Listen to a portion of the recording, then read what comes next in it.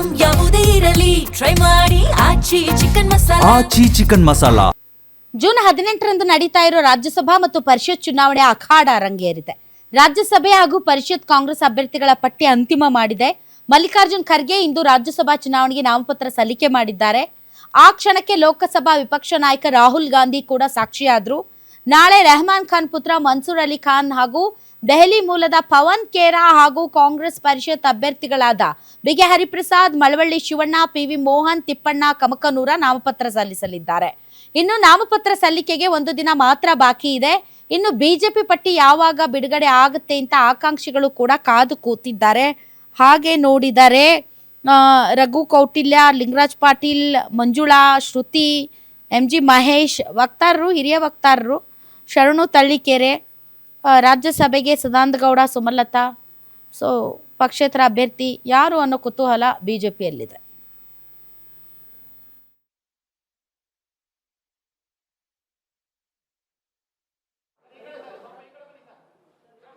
ನಾನು ಇವತ್ತು nomination file ಮಾಡಿದ್ದೇನೆ ಮತ್ತು ಬಹುಶಃ ನಮ್ಮೆಲ್ಲ ಶಾಸಕರು ಮತ್ತು ನಮ್ಮ ನಾಯಕರು ಸೇರಿ ನನ್ನನ್ನು ಆಯ್ಕೆ ಮಾಡಿದ್ದಾರೆ. ಈಗ ಚುನಾವಣೆ 9ನೇ ತಾರೀಕಿದೆ,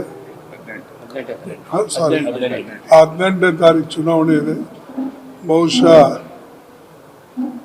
18ನೇ ತಾರೀಕು ಕೂಡ ಎಲ್ಲ ಒಕ್ಕಟ್ಟಾಗಿ ಒಂದಾಗಿ ಕಾಂಗ್ರೆಸ್ ಅಭ್ಯರ್ಥಿಗೆ ಗೆಲ್ಲಿಸ್ತಾರೆ ಅಂಥೇಳಿ ನನ್ನ ವಿಶ್ವಾಸ ಇದೆ.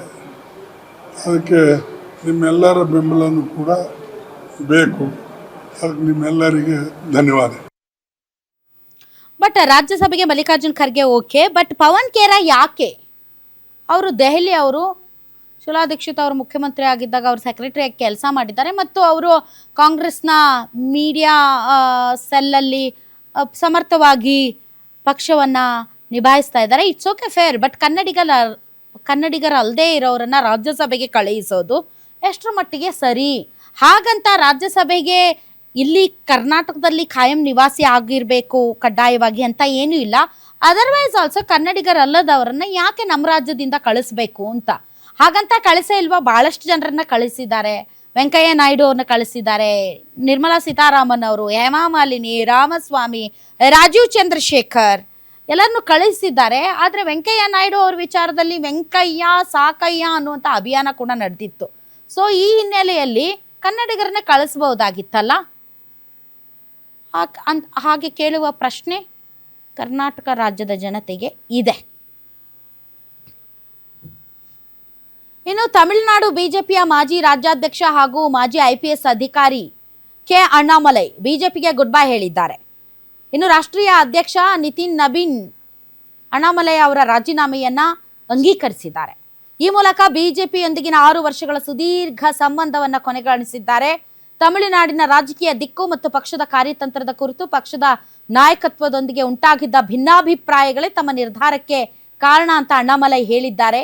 ತಮಿಳುನಾಡಿನ ಕುರಿತ ನನ್ನ ಅಭಿಪ್ರಾಯಗಳು ಬಿಜೆಪಿ ನಾಯಕತ್ವದ ನಿಲುವಿನೊಂದಿಗೆ ಹೊಂದಿಕೆ ಆಗಲಿಲ್ಲ. ಈ ಭಿನ್ನಾಭಿಪ್ರಾಯಗಳನ್ನು ಬಗೆಹರಿಸಲು ಕಳೆದ 18 ತಿಂಗಳುಗಳಲ್ಲಿ ಪಕ್ಷದ ಉನ್ನತ ನಾಯಕತ್ವದೊಂದಿಗೆ ಹಲವು ಬಾರಿ ಚರ್ಚೆ ನಡೆಸಿದ್ದೆ, ಆದರೆ ಯಾವುದೇ ಒಮ್ಮತ ಮೂಡಲಿಲ್ಲ.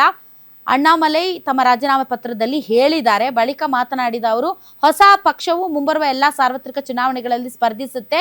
ನಾನು ನಾಯಕರು ಮತ್ತು ಸ್ವಯಂ ಸೇವಕರನ್ನ ಸಿದ್ಧಪಡಿಸ್ತೇನೆ ಅಂತ ಕೂಡ ಹೇಳಿದ್ದಾರೆ.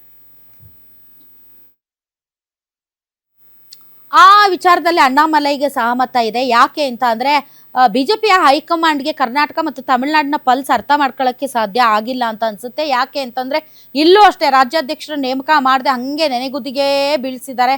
ಇನ್ನು ಚುನಾವಣೆಗೆ 2 ವರ್ಷ ಇದೆ. ಯಾರು ಲೀಡರು, ಯಾರು ನಾಯಕತ್ವ ಅನ್ನೋದೇ ಗೊತ್ತಿಲ್ಲದೇನೆ, ರಾಜ್ಯಾಧ್ಯಕ್ಷರು ಯಾರು ಅಂತ ಗೊತ್ತಿಲ್ಲದೇನೆ ಯಾರೂ ಕೂಡ ಫುಲ್ ಆನ್ ಮುಂದಕ್ಕೆ ಬರ್ತಾ ಇಲ್ಲ ಕೆಲಸ ಮಾಡೋದಕ್ಕೆ.